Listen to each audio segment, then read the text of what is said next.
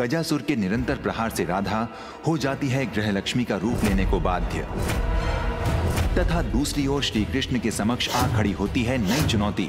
खर और दुष्ण, आ गए तुम विष्णु अवतार। अब हमारी प्रतीक्षा और तुम्हारा अंत दोनों एक साथ होगा। लक्ष्मण, आज तुम्हारा अंत निश्चित है। युगों पहले तुमने हमें छल से मारा, आज हम तुम्हें छल से मारेंगे। दाऊ बलराम का जीवन पड़ता है संकट में। ये तो दाऊ की पुकार है, लगता है उनका जीवन संकट में है। दाऊ का स्वर तो यहीं से आ रहा है, किंतु यहाँ प्रवेश करने का कोई मार्ग क्यों नहीं दिख रहा है? हे शिव भक्त मंदोदरी, उज्जैन में मेरे गुरुदेव के प्राण संकट में हैं। उनके जीवन की रक्षा के लिए मुझे अमृत कलश चाहिए। आप मेरे अपराधी हैं। एक स्त्री अपने ही पति की हत्यारे की सहायता कैसे कर सकती है? मैं आपकी किसी भी प्रकार से कोई सहायता नहीं कर सकती। और गजासुर का अंत करने कृष्ण संगिनी राधा धारण करेंगी गृहलक्ष्मी का रूप।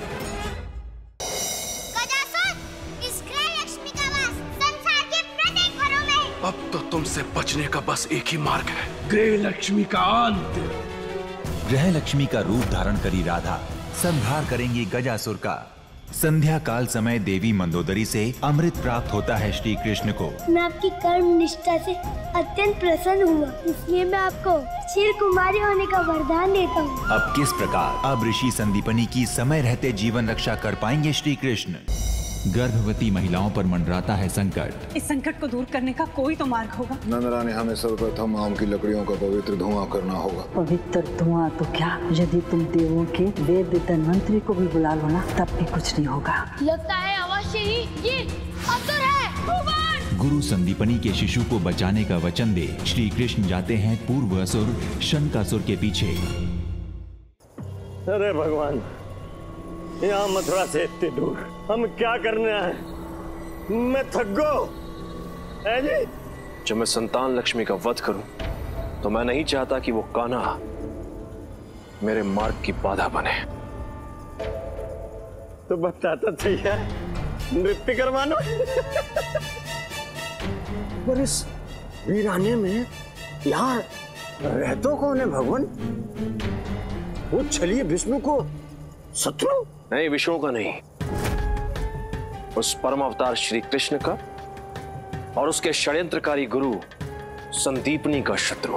अरे वाह भगवान, कान्हा को कोई शत्रु और भी है? मुझे तो लग रहा था कि आपके अतिरिक्त वहां को कोई शत्रु है ही ना।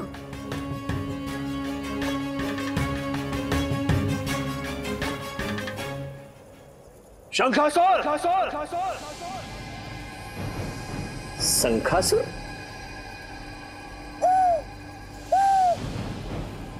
ये वही शंखासुर तो नहीं है जाकू कान्हा ने शंख चुराने के फेर में जीवित छोड़ दियो? तो वही शंखासुर कान्हा की हार के कारण में मक्खन बनेगा। बाहर आओ शंखासुर! कौन है जो अपनी मृत्यु को पुकार रहा है? भगवान कंस! तुम्हें तुम्हारा उद्देश्य देने आया हूं। बाहर आओ! यदि तुम्हें मृत्यु इतनी ही प्रिय है तो आत्महत्या क्यों नहीं कर लेते? मेरे हाथों से क्यों मरना चाहते हो?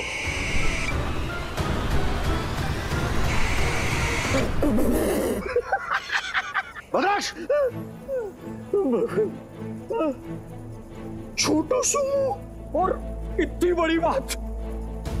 भगवान, इतनी छोटी सी चिड़िया और आप मारने की बात कर रही है?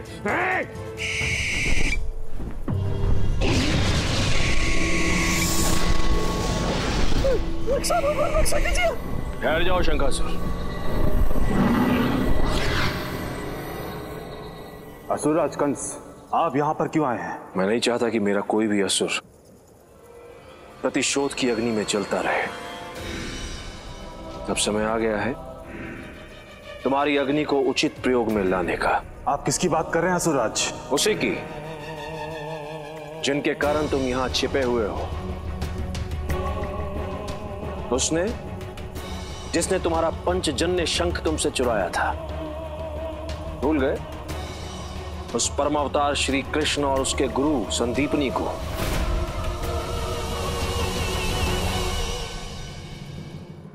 गर्भवती महिलाओं तथा अजन्मी संतानों की रक्षा करने पहुंची संतान लक्ष्मी शिकार बनती है असुरराज कंस के माया जाल का। मैं इस शक्ति को पार क्यों नहीं कर पा रही? इसे आप तो क्या, वो चक्रधारी भी नहीं भेद पाएगा। भुवन आगे खोलो भुवन। दाऊ ना भुवन आगे खोल रहे ना ये कुछ बोल रहे। प्लीज कर। सत्य सोच रहे हो बाल को, उसके प्राण मैंने खींच लिए हैं। अब समय आ गया है। ये विक्रम और बेताल रक्त के आंसू रोएंगे। आपने मुझे वचन दिया था कि आज सूर्यास्त से पूर्व आप मुझे अपनी आंखों की दृष्टि दे देंगे। यदि हमने आपको वचन दिया है पक्षीराज, तो हम उसे पूरा भी अवश्य करेंगे। लीजिए, ले लीजिए हमारी आंखों की दृष्टि।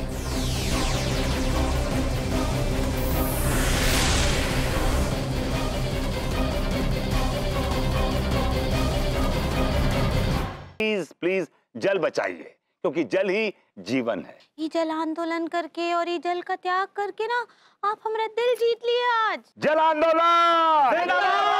इन सपूतों को हम नेस्तनाबूद कर देंगे। अब ये मिर्ची वाली सब्जी खा के इनके तोते लाल हो जाएंगे।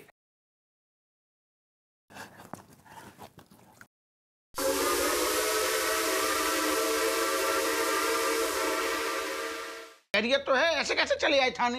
ये तुम्हारी बीबी और ये तुम्हारे काबिल दोस्त, इन दोनों के खिलाफ कंप्लेन लिखवाने आया हूँ। का कांड कर दो तुमने जो अवस्थी रिपोर्ट लिखाने चलो आओ थाने। हमारे घर में घुस के हमारे बच्चे चुरा रहे थे दोनों। तुम जो झूठ ना बोलो, तुम्हारे बच्चे कब चुराए हमने? और ये आम होंगे तुम्हारे लिए, हमारे में बच्चा है।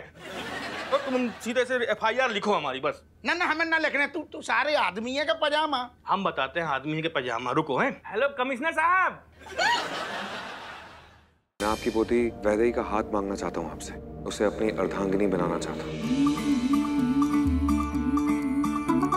मुंडा थोड़ा ऑफ बीट है पर कुड़िया देना बहुत स्वीट है। ये तुमने ठीक नहीं किया है माधव, पर कोई बात नहीं, तुम्हारी गलती की सजा वैदेही भुगतेगी। वैदेही और माधव की सगाई हो चुकी है। अगर उन दोनों की शादी हो जाएगी तो मैं कहीं की नहीं रहूंगी। इससे पहले हमें वैदेही को खत्म करना होगा। इसका बदन तो तप रहा है, इसे बुखार है। हेलो अखिलेश, मिश्री को बहुत तेज बुखार है, बदन तप रहा है उसका। तुम ज्यादा स्ट्रेस आउट हो रही हो, मिश्री को कुछ नहीं होगा। मैं एक काम करती हूँ, मैं ठंडे पानी की पट्टियां लगाती हूँ उसके सर पर। अरे